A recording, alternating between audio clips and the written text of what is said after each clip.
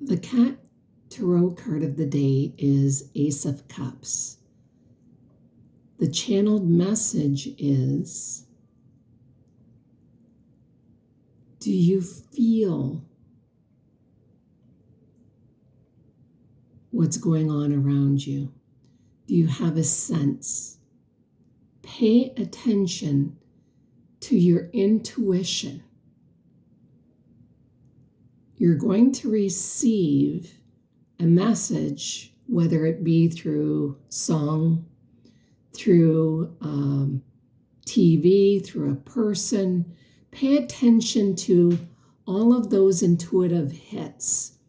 There's a message that's awaiting your attention, and it's to take action.